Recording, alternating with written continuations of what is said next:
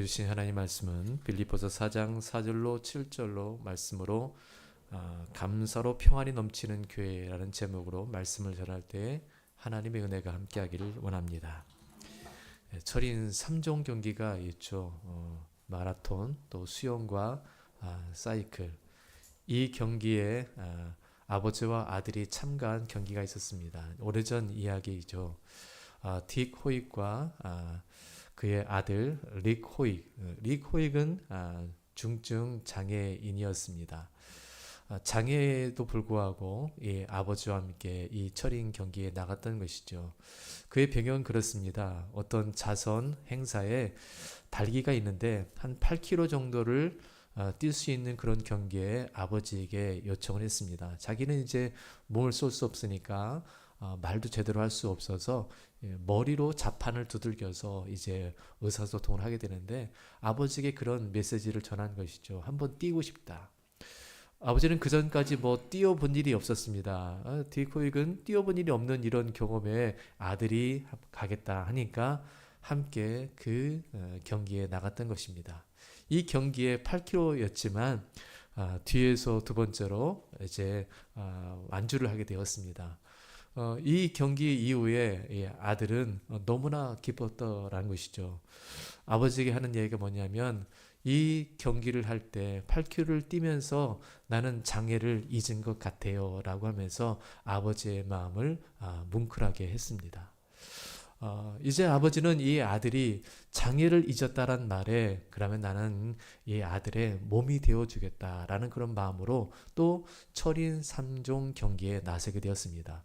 한 번도 해보지 않은 경험들, 또 건강한 사람들도 능히 해낼 수 없는 그런 3종 경기를 뛰게 되었던 것이죠. 이 경기가 이제 진행된 이후에 이 아들은 아버지에게 이런 얘기를 했답니다. 아버지가 있어서 이 일이 가능했습니다. 아버지가 있어서 이 일이 가능했습니다. 아버지는 이 아들에게 얘기합니다. 아들이 아니었으면 나는 이것을 하지 않았을 것이다 라는 것입니다. 아들이 있었기 때문에 이 일을 했고 아버지가 있어서 이 일이 가능했다는 이 관계는 우리의 신앙과도 동일한 것 같습니다. 아버지 하나님이 계시기 때문에 우리가 믿음으로 살아갈 수가 있고 하나님께서 우리에게 부어주신 은혜가 있기 때문에 우리가 그 일을 감당할 수 있는 것, 또 우리 믿음의 백성들, 우리 성도들이 그 일을 하겠다라면 능히 하나님께서는 우리를 도우시는 능력의 아버지가 되시는 줄 믿습니다. 여러분, 이 딕 호익은, 이 아버지는 사실은 건강한 몸이 아니었던 것이죠. 아들이 하겠다니까 그의 능력을 발휘한 것입니다.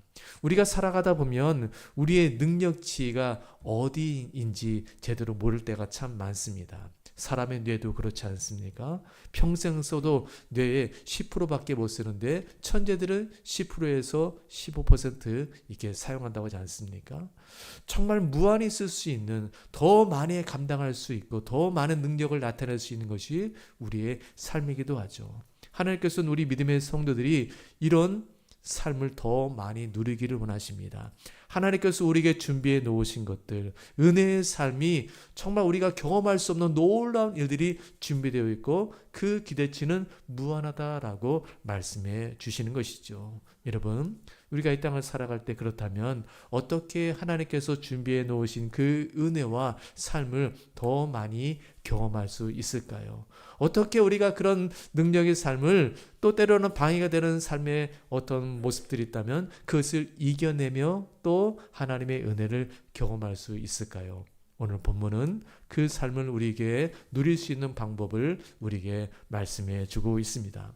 오늘 본문은 빌립보서는 바울이 빌립보의 성도들에게 쓴 서신이기도 합니다. 이 빌립보서는 사실 빌립보의 성도들에게 전한 메시지지만 사실은 옥중에서 바울이 썼던 서신이죠. 이 옥중 서신이 에베소서, 빌립보서, 골로새서, 빌레몬서, 이 네 개의 서신이 바로 옥중 서신입니다. 불편한 자리에서 성도들을 향하여 쓴 이 편지의 내용들, 사실은 부자연스럽고 아무것도 할 수 없는 그 자리이지만 이 빌립보 성도들에 대한 마음들은 애절했습니다. 간절함이 담겨져 있습니다. 사실 빌립보서는 마게도니아 첫 성이었던 이 빌립보, 유럽의 선교의 첫 열매이기도 한 첫 선교의 교회이기도 합니다. 첫 애정, 첫사랑이라는 그런 마음이 있는 것처럼 이 빌립보 교회는 유럽의 교회로서 처음 자신이 세웠던 교회였던 만큼 마음이 더 갔던 교회였습니다. 그런 성도들을 향해서 어떤 마음이 더 있었을까요? 마음에 기쁨이 더 있었습니다. 그 교회를 바라볼 때마다 기쁨이 있었던 것이죠. 오늘 서신을 우리가 빌립보서를 읽다 보면 빌립보서에는 17번이나 나오는 기쁨이란 내용이 많이 있습니다. 기쁨, 기쁨. 오늘 성경도 또 기쁨에 대한 이야기를 다루고 있죠. 기뻐하라. 여러분, 교회를 생각할 때마다 기쁨이 있다는 것, 그만큼 그 성도들을 사랑하는 마음이 있고 성도들은 또한 그 안에서 기쁨의 삶을 충만히 누렸다라는 것이죠. 오늘 본문의 말씀을 보십시오. 1절 4절 말씀 보면 항상 기뻐하라 라는 말씀이죠. 우리 4절의 말씀 함께 읽습니다. 주 안에서 항상 기뻐하라. 내가 다시 말하노니 기뻐하라. 여러분, 하나님께서 우리에게 바라시는 모습이 바로 이런 모습 아닙니까? 기뻐하되 항상 기뻐하라. 근데 사실 우리가 항상 기뻐할 수 없는 상황들이 우리에게는 있어요. 우리에게 건강의 어려움들, 또 물질의 어려움들, 상황에 매이거나 여러 조건들이 감사하기보다 기뻐하기보다 더 우리의 마음에 염려하는 것들이 참 많이 있다는 것이죠. 그러나 이 말씀은 우리가 세상을 초월하거나 그것을 무시하고 체념하라는 그런 말씀이 아닙니다. 그것을 우리가 바르게 바라보면서 그것을 이겨내야 되는데 그 이겨내는 방법이 바로 항상 기뻐하라는 것입니다. 특별히 이것을 이겨낼 수 있는 방법의 조건이 하나 더 있죠. 그것은 주 안에서입니다. 주 안에서. 우리가 우리의 힘으로 감당하는 그런 기쁨이 아니라, 이겨내는 기쁨이 아니라 주님 안에서 기뻐하라라는 겁니다. 주님 안에서라는 말은 바로 주님에 대한 소망을 가지고 주님께서 우리에게 미래에 준비해 놓으실 것들을 우리가 기대하면서 주 안에서 기뻐하라. 주 안에서의 기뻐하는 것은 바로 성도들이 살아가는 삶의 방법이기도 합니다. 여러분, 주 안에 있을 때 우리의 신앙의 최대치를 발견하는 것이 바로 이 주 안에서의 삶입니다. 우리 스스로는 우리의 삶의 최대치를 살아갈 수가 없어요. 그러나 주님 안에 있을 때 하나님께서 주시는 평강, 은혜, 기쁨, 즐거움들이 얼마나 무한한지를 알 수 있는 것이 주 안에서의 삶에서 있다라는 것이죠. 바울은 어떻게 고백했습니까? 내게 능력 주신 자 안에서 내가 모든 것을 할 수 있느니라 말씀합니다. 내게 능력 주신 자 안에서 모든 것, 이 모든 것이라는 것은 바울이 자족했던 삶의 모습에서 비춰집니다. 내가 풍요로울 때는 풍족하게 살아가고 내가 부족할 때라도 내가 주 안에 살아가기 때문에 부족함 속에서도 그 안에서 주시는 하나님의 은혜들이 충만히 있음을 알고 내가 어떤 환경에 있든지 내가 모든 것을 할 수 있느니라 라고 고백하는 겁니다. 사실 우리가 넉넉해야지만 이 모든 것을 할 수 있다라고 하지만 부족하고 아무것도 없는 상황에서도 주 안에 있을 때는 이렇게 넉넉하게 감당할 만한 힘이 주 안에서 주어진다라는 믿음의 고백인 것입니다. 여러분, 이런 성도들의 삶 가운데 이런 많은 것을 경험했던 성도들의 간증들이 참 많이 있지 않습니까? 어떻게 그 안에서 기뻐하고 어떻게 그 안에서 감사할 수 있었는지. 우리는 바울과 실라가 복음을 전하여서 이 빌립보 감옥에 갇혔을 때 그들은 메맞은 고통과 아픔을 다 잊어버린 채 그 저녁에 바울과 실라가 하나님을 찬양했던 것을 보게 됩니다. 그 안에서 감사가 있었던 것이죠. 그 안에서 기쁨이 있었습니다. 어떻게 그럴 수 있었습니까? 내가 주 안에 살아가고 이 복음을 전하면서 겪는 많은 어려움들이 다 주님 때문에 겪는 거기 때문에 그 안에서 오히려 감사와 찬양이 울려 퍼지게 되었던 것입니다. 여러분, 하박국서를 읽게 되어지면 하박국이 하나님께 대한 메시지를 받습니다. 그 당시의 상황은 이제 앞으로 일어날 일들인데 바로 바벨론에 의해서 자신의 나라가 다 짓밟힘을 당할 것이라는 예언의 말씀을 듣습니다. 그런데 하박국은 그 예언의 말씀을 들은 이후에 어떻게 고백합니까? 우리가 잘 아는 말씀이죠. 하박국 3장 17절과 18절의 말씀은 이렇습니다. 비록 무화과 나무가 무성하지 못하며 포도나무에 열매가 없으며 감람나무에 소출이 없으며 밭에 먹을 것이 없으며 우리의 양이 없으며 외양간에 소가 없을지라도 나는 여호와로 말미암아 즐거워하며 나의 구원의 하나님으로 말미암아 기뻐하리로다. 아멘. 현실적으로 그 삶의 배경은 슬픔과 아픔과 고통이라는 것이 그를 압도했을 겁니다. 나라가 이제 곧 망하게 되는구나. 그렇지만 그것에 압도된 것이 아니라 하나님의 은혜 아래 머물 때, 주 안에 있을 때 그의 영혼 가운데 역사를 주관하시는 하나님으로 인하여서 그는 오히려 감사의 고백과 나의 구원의 하나님을 노래할 수 있는 이유가 거기에 있었다는 것이죠. 여러분, 성도들은 어디에 압도된 사람들입니까? 성도들은 무엇에 우리가 압도되어서 감사와 찬양을 울려 퍼지게 할 수 있을까요? 그것은 하나님 안에, 주 안에 머물러 있을 때 우리 안에 감사와 찬양이 울려 퍼지게 되어지는 것입니다. 바라기는 우리 믿음의 성도들이 오늘 항상 기뻐라, 다시 말하노니 기뻐라 라는 말씀처럼 주 안에서 이런 기쁨과 은혜들을 다시 한번 누릴 수 있는 은혜의 삶이 되기를 간절히 바랍니다.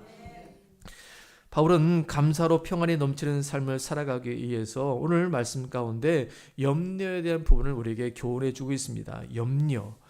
이 염려를 이제 하지 말라라는 말씀이죠. 염려, 우리가 살아가면서 이 염려는 늘 찾아오지 않습니까? 그러나 오늘 성경에서 말하는 이 염려는 예수님이 말씀하셨던 그 가르침에 대한 부분과 함께 우리가 생각해 볼 수가 있습니다. 여러분, 오늘 성경에 말하는 염려는 메림나데입니다. 메림나데. 이것은 자신이 통제할 수 없는 것, 쓸데없는 근심에 빠지는 것, 미래의 짐을 지고 스스로 마음을 공연히 괴롭히는 것이란 뜻이 있습니다. 마음을 스스로 괴롭히는 것이죠. 미래에 아무것도 바꿀 수 없는 것에 대한 마음을 쓰고 쓸데없는 근심에 빠진 것을 메림네데라고 하는 근심입니다. 여러분, 예수님께서 어떻게 말씀하셨나요? 뭘 보면서 근심에 대한 부분을 떨쳐버리게 하셨습니까? 들의 백합화를 보라, 공중에 나는 새를 보라. 그들은 심지도 아니하고 거두지도 아니한다라고 말씀하시면서 그들을 먹이시고 입히시는 분이 천부이신 하나님이시다라고 말씀하십니다. 그들에게는 미래에 대한 생각이 없습니다. 미래를 생각할 수 없는 존재들이죠. 그날 하루하루 살아가는 존재들이 아니겠습니까? 여러분, 우리의 삶도 그와 같아야 한다는 것입니다. 사실 우리에게 미래라는 것은 참 좋은 것이죠. 꿈을 꾸게 하고 내일에 대한 희망을 안게 하는 것이기 때문에 미래는 참 좋은 것입니다. 그러나 미래를 살아가면서 함정이 있습니다. 미래에 대한 함정이 뭡니까? 염려입니다. 이 염려에 빠질 수가 있다라는 것이죠. 우리가 내일에 대한 그 삶을 살아갈 때 미래에 대한 염려의 함정에 빠지면 그 안에서 우리는 근심과 걱정에 사로잡힐 수가 없죠. 그러나 이 모든 것을 우리가 떨쳐버리고 오히려 천부이신 하나님을 생각하면서 이 염려를 이길 수 있어야 한다는 겁니다. 사실 어떻게 그 염려를 이길 수 있느냐? 그것은 염려를 이길 수 있는 것은 바로 오늘 기도라는 겁니다. 기도입니다. 염려하지 말고 오직 기도와 간구로 하나님께 아뢰라 말씀입니다. 여러분, 기도와 간구는 똑같은 의미 아니겠습니까? 그러나 좀 달라요. 헬라어로서는 기도는 프로시케로서 하나님께 예배할 때 드리는 기도를 바로 프로시케 기도입니다. 간구는 데세라고 해가지고 평범하게 우리가 일상 속에서 드리는 우리의 삶의 문제들, 또 우리가 해야 될 많은 것들을 일컬어서 간구라고 합니다.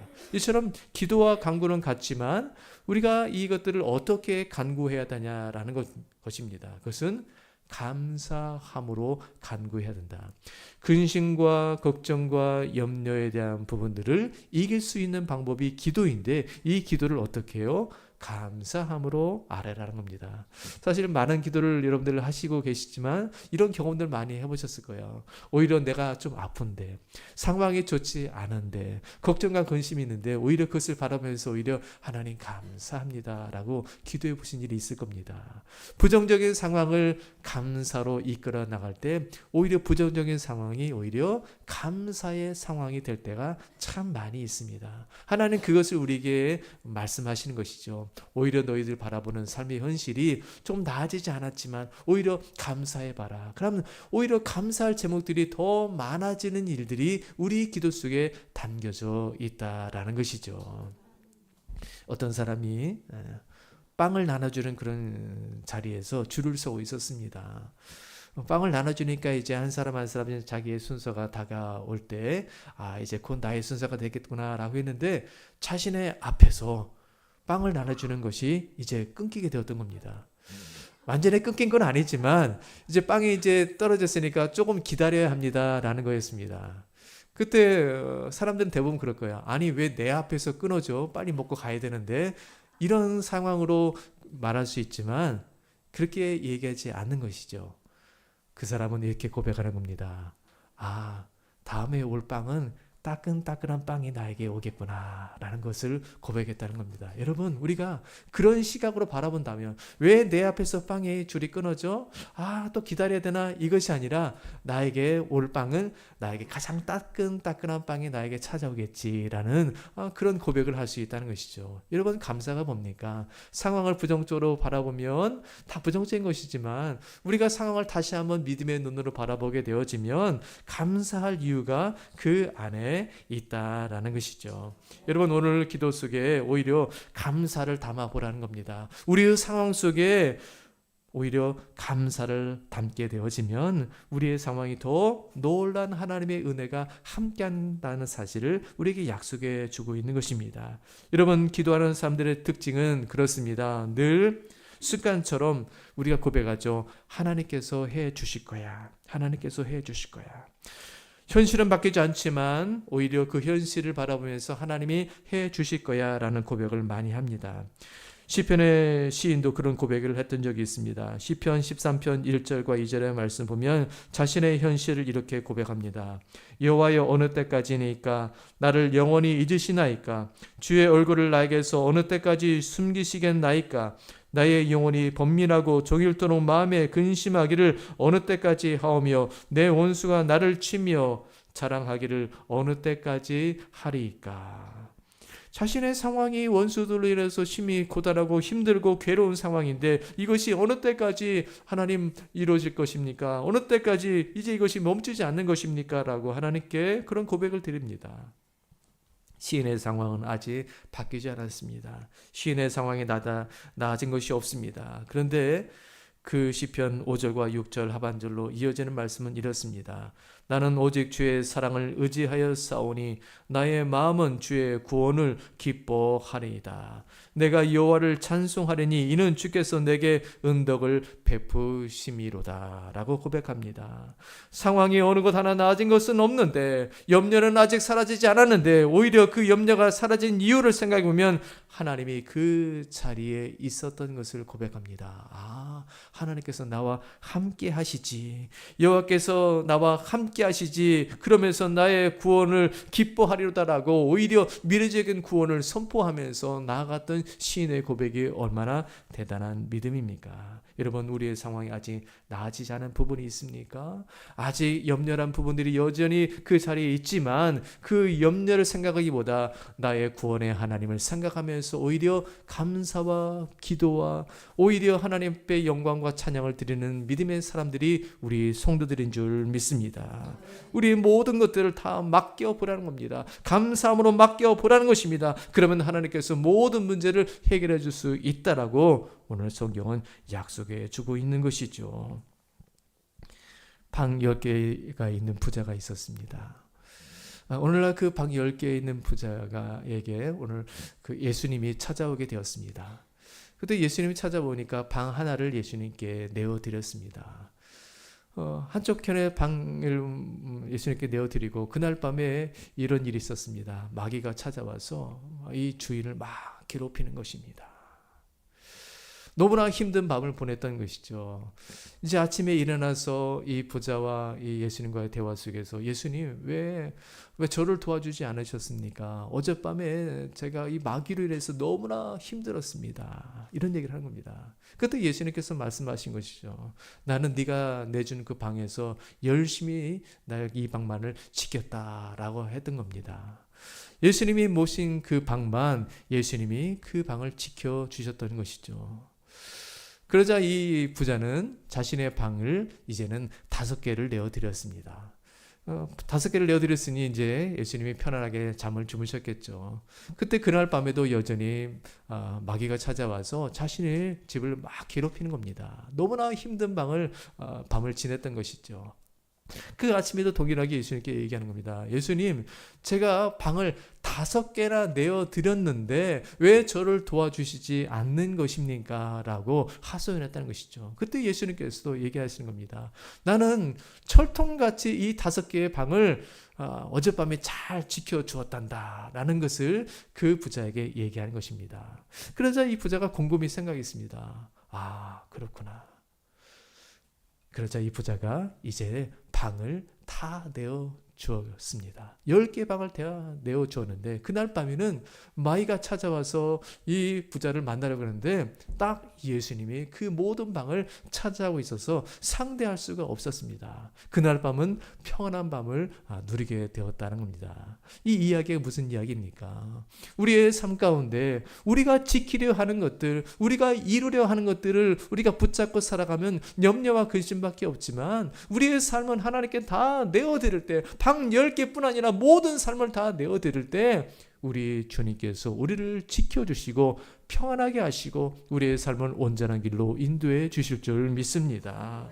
바로 이것이 맡기는 삶입니다. 기도로 맡긴다는 것은 내가 붙잡고 있는 것을 다 주님께 내어 맡김을 통해서 하나님이 이루어 주시옵소서. 하나님께서 함께 해주시면 나의 삶이 평안과 기쁨 가운데 함께 할 줄 믿습니다라는 이 믿음이 바로 기도의 역사 가운데 함께 할 줄 믿습니다. 오늘 이렇게 감사로 기도하는 것에 대해서 하나님은 무엇을 약속해 주십니까? 7절의 말씀 함께 읽습니다. 그리하면 모든 지각에 뛰어난 하나님의 평강이 그리스도 예수 안에서 너희 마음과 생각을 지키시리라. 아멘. 하나님께 모든 것을 감사함으로 아뢰고 다 내어 맡기면 하나님의 평강이 그리스도 예수 안에서 너희 마음과 생각을 지켜주시겠다. 기도하는 성도들에게 있어서 바로 이런 은혜들을 주신다는 겁니다. 하나님 무엇을 주십니까? 기도의 응답을 주셨습니까? 아니에요. 기도의 응답도 주시는 분이시지만 오늘 말씀 보면 기도의 응답, 내가 고민했던 염려했던 그것이 아니라 하나님께서는 오히려 평강을 주신다는 겁니다. 문제가 여전히 있습니다. 여전히 상황이 나아지진 않습니다. 그런데 하나님께서 우리에게 주시는 가장 큰 은혜는 내 마음이 평안한 것입니다. 내 믿음이 흔들리지 아니하고 내 삶이 요동하는 것처럼 많은 문제들이 우리를 붙잡고 흔들지만 여전히 우리의 상황을 붙드시는 주님께서 우리를 붙들어 주시기 때문에 평강이 함께한다라고 약속해 주십니다. 오늘 지키시리라는 말씀은 바로 호위하다라는 군대 용어입니다. 바울이 이 말씀을 기록할 때 지키신다라는 말을 바로 이 로마의 군대를 보았을 겁니다. 로마의 군대가 나라를 지키는 것으로 인해서 든든했을 것입니다. 바로 하나님께서도 우리를 지키시는데 군대와 같이 우리를 지키셔서 흔들리지 않게 하시고 어느 누구도 침입할 수 없도록 우리를 지켜주신다는 약속이 바로 기도하는 자들에게, 감사하는 자들에게 하나님께서 평강으로 지켜주신다고 약속해 주시는 것입니다. 세상 어느 누구도 그런 마음을 줄 사람이 없을 겁니다. 여러분, 우리가 이 시대에 살아가면서 많은 사람들이 바라는 것이 이런 게 있어요. 마음 지킴. 내가 좀 마음을 잘 지켜봐야겠다. 마음을 잘 지키면 그것이 우리가 좀 뭔가 평안해질 것 같고 마음을 잘 지키면 흔들리지 않을 것 같이 여기며 살아가지만 사실은 마음 지킴이 얼마나 어렵습니까? 순간순간 우리에게 잡다한 생각들이 들어오기도 하고 세상의 악한 생각들이 우리의 마음을 침입하기도 하고 세상의 여러 부정적인 생각이 우리를 지배할 때가 너무나 많습니다. 우리 스스로 마음을 지킨다는 것이 너무나 어려운 것이죠. 그러나 우리가 우리의 그 마음을 지키시는 분이 바로 우리가 하나님인 것을 알고 우리의 상황을 하나님께 맡기지 않습니까? 하나님, 말씀으로 저를 지켜주옵소서, 기도함으로 저를 지켜주옵소서, 성령께서 저를 지켜주셔서 흔들리지 않게 도와주옵소서. 우리가 하나님 앞에 이런 마음을 가지고 나갈 때 우리를 지켜주시는 은혜가 그 안에 있게 되어집니다. 마틴 루터는 이런 이야기를 한 적이 있어요. 뭐냐면 하늘로 날아가는 그런 새를 우리가 막을 수는 없지만 우리의 머리에 둥지를 트는 것은 막을 수 있다라는 얘기를 했습니다. 무슨 이야기입니까? 세상에 많은 생각들이 우리의 상황 가운데 머리에 스쳐 지나갈 수가 있어요. 여러 생각들이 있지만 그 생각이 우리의 머릿속에 둥지를 틀지 않게 해야 한다는 것이죠. 부정적인 생각이 우리의 마음에 둥지를 틀거나 세상적인 생각이 우리의 마음 가운데 둥지를 트는 것은 우리 스스로 막아내야 한다는 것입니다. 말씀과 기도로 막아내야 되고 오히려 감사와 찬양을 통해서 이 부정적인 생각과 염려를 다 막아낼 때 하나님의 평강이 그리스도 예수 안에서 너희를 지키시는 은혜가 있다라고 약속해 주시는 것입니다. 사랑하는 성도 여러분, 우리가 어떤 마음을 가지고 이 성전에 올라왔습니까? 어떻게 이 예배 자리에 오셨습니까? 세상에 많은 짐들이 있으시죠? 걱정들이 있으시죠? 다 주님께 감사함으로 아뢰라고 말씀하십니다. 다 하나님께 아뢰을 때마다 우리에게 평강 주시고 너의 마음을 지키시는 분이 나다라고 말씀하시는 그 하나님의 위로가 이 예배 가운데, 기도 가운데 날마다 함께하는 믿음 생활 되기를 바랍니다. 우리 주님께서 그런 믿음의 삶을 살아가는 성도들에게 약속해 주시는 말씀이 있습니다. 바로 이사야 16장 3절입니다. 주께서 심지가 견고한 자를 평강하고 평강하도록 지키시리니 이는 그가 주를 신뢰함이니이다. 아멘. 심지 견고하여 주님만 붙잡고 살아가겠다는 이 믿음을 가지고 살아가는 사람들에게 평강하고 평강하도록 지키시는 은혜가 저와 여러분의 삶의 자리에 늘 함께하기를 간절히 바랍니다. 오늘 주신 말씀 붙잡고 함께 기도하겠습니다.